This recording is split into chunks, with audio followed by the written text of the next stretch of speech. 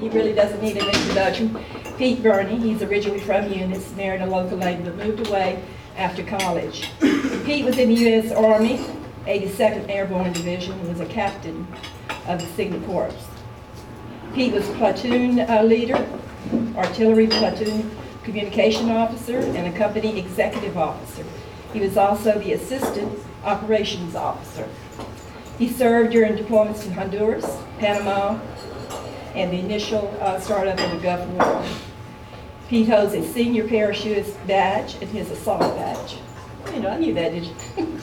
He was also recognized as a distinguished military graduate and commandant of cadets, Army ROTC, while attending LSU. He began his career at Hallmark 1990 until 2016 when he retired. And I give you Pete Burney.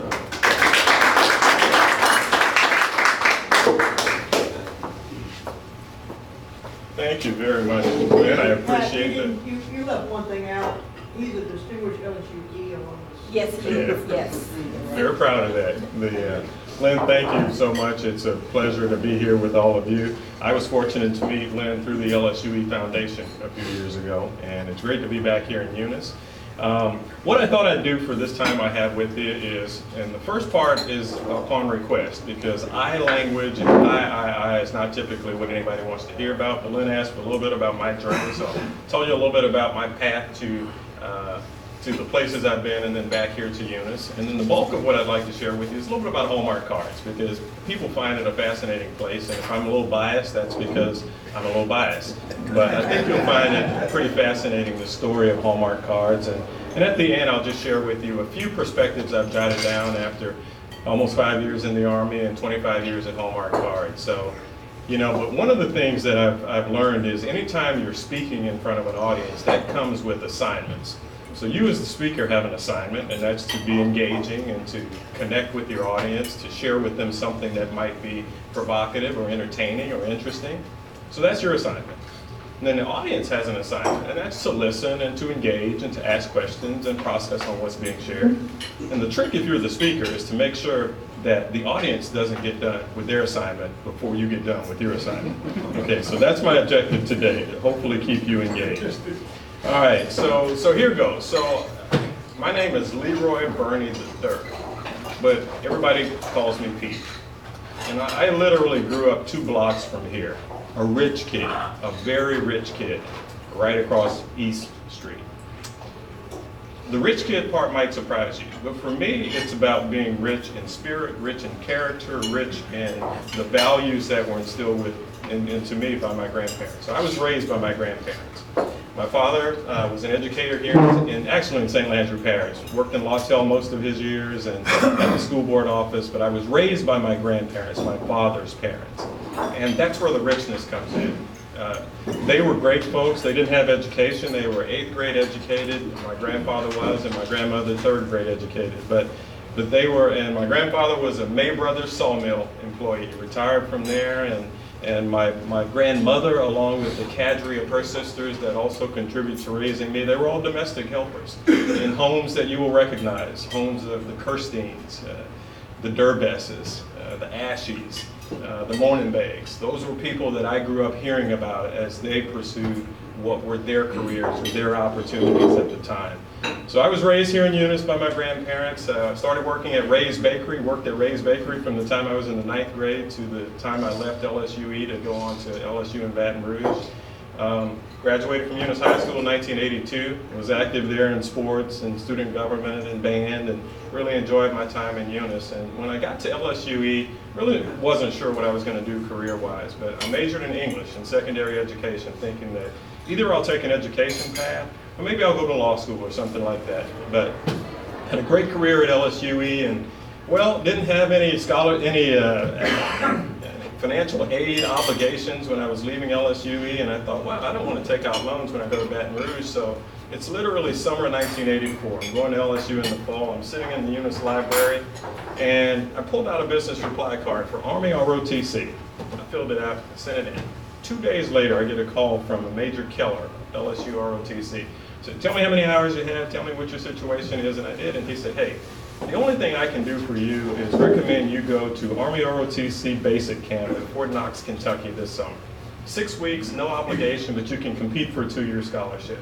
So that's what I did. My objective was to get a 2-year scholarship so I wouldn't have to pay my last 2 years of financial obligation at LSU. Fortunately, I got a scholarship and went on to LSU and ROTC, had a great career there. Part of the Corps of Cadets, where I was fortunate to be the commander of the LSU Corps of Cadets my senior year, had a great time there. Was commissioned as a second lieutenant in 1986, and when I left LSU and went to my signal officer basic course at Fort Gordon, Georgia, that's a 6-month course, and I got there, and about 3 months into the course, you get your orders for your permanent duty assignment. I get mine, and I look at it, and it said, Fort Drum, New York. I go to my TAC officer, I said, hey sir, where is Fort Drum, New York? He said, it's pretty much Canada. He says, Watertown, New York, Canadian border. They issue you snowshoes. I'm like, and I'm just like mortified. I'm from Eunice, Louisiana, I'm gonna go to Fort Drum, New York. So I go back to him and I said, hey sir, is there anything I can do to get a different assignment? He said, well, he says, you can interview with one of the special operations units, and if you go Rangers, you have to go to Ranger school. He says, 82nd, they come here, you know, and Colonel Gray's gonna come. He says, if you go to the briefing, and he says, who wants to be airborne? You be the first to stand up. So I did. A few weeks later, I got new orders. I'm going to 82nd Airborne Division, Fort Bragg, North Carolina. Well, many days I regretted that decision, but you know, people often ask, you know, having jumped out of perfectly good airplanes, people say, well, how many night jumps did you have? And you say, well, all of them. When your eyes are closed, all jumps are. And it's August 2nd of 1990. Who knows what significant about August 2nd of 1990? That was the day Saddam Hussein decided that he was going to invade Kuwait. And in the 82nd, you always have what they call EDREs, Emergency Deployment Readiness Exercises. You do those all the time because that unit is the Army's Rapid Deployment Force, where you never know whether it's a live deployment or not, but you go on EDREs. So it's August 2nd, it's a Tuesday evening, my phone rings, it's my boss, Major Johnson. He said, Pete, we gotta go to work. Well, I'm thinking it's an EDRE. So I'm clowning around, I said, real work, sir, or work? And he's very serious, and he said, real work. I didn't lie down again and sleep until that following Saturday afternoon. That was the launch of deployment of the 82nd's deployment to Kuwait, which ultimately, at that time it was Desert Shield, and then it became Desert Storm. And for me, by that time, I had already decided I was going to get out of the Army. My battalion knew it, and I had accepted the job at Hallmark Cards. But 3 times I called what was to be my wife, Rosalind, who's the daughter of Mr. and Mrs. Alvin Owens here in Eunice. And we weren't married then, but I told her, hey, I'm about to load out. And I kept getting bumped for artillery and infantry units to deploy. So finally, it's about 2 a.m. in the morning, and I'm sitting on the front of a Humvee, asleep, waiting to deploy at Pope Air Force Base. And someone's tapping me on the shoulder. It was a sergeant from my unit. And he says, Lieutenant Burney, it was a month before I made captain, and he said, the colonel wants me to bring you back to headquarters, and he wants you to bring all your gear. So I get all my stuff, and I go back, and the colonel's pacing, and he has a .305 in his hand. And he said, Pete, you're not deploying.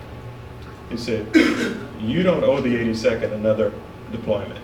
And so there starts a debate then, because people don't get it unless you're in one of those units. In my mind, my unit's going, so I'm going. But he was the colonel, so I guess I didn't go. But he handed me a .305 and he said, get these systems deployed, and then you go off and you take your career in a new direction.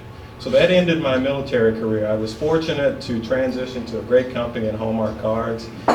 Found that company through a junior military officer recruiting firm called Cameron Brooks. They're the top headhunter firm for junior military officers getting placed into business and industry. During the Gulf War deployment, it's wee hours of the morning, and I'm sitting in what they call the TOC, the Tactical Operations Center, listening to all this radio traffic and making sure it doesn't go down.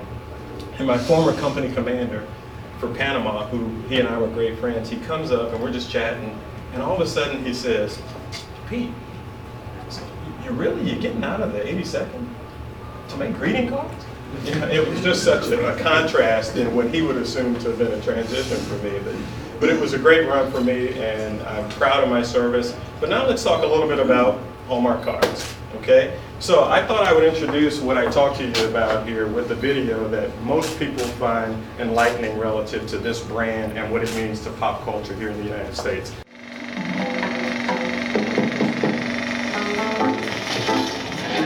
I got so many hickeys, people would think I'm a leper. Cheer up. Hickey from Kanicki's like a Hallmark card. Ain't care enough to send the very best. God couldn't be everywhere, and that's why he made others. What? That was on a Hallmark card we gave you.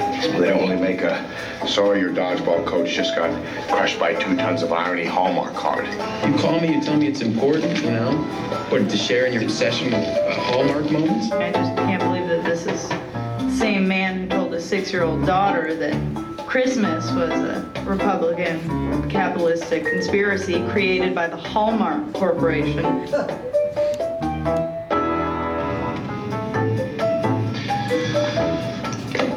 Do you work for Hallmark? Everyone deserves a card on their birthday.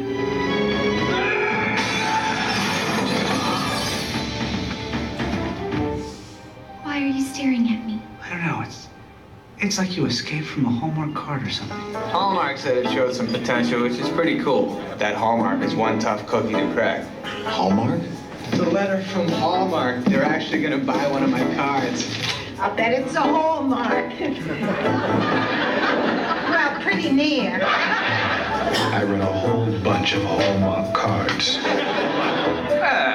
that look like a Hallmark card, huh? I had a crush on this woman for a year. I've always been afraid to approach her. She looks like she belongs on one of these Hallmark cards. All right. Sell it to Hallmark, sis. I know it's obnoxiously sweet, not Hallmarky, but still.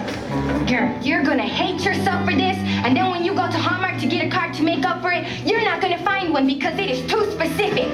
Our first attack comes from Hallmark, famous for their wide variety of card categories. And now, Hallmark is encouraging people to buy greeting cards instead of presents. This year, appreciation may be the best gift of all. What? Appreciation is not a gift. Ribbon and bows and, yeah. You're kidding. Cards. Yeah, they have everything there. It's Hallmark, I said that whole thing there. Where's the Hallmark?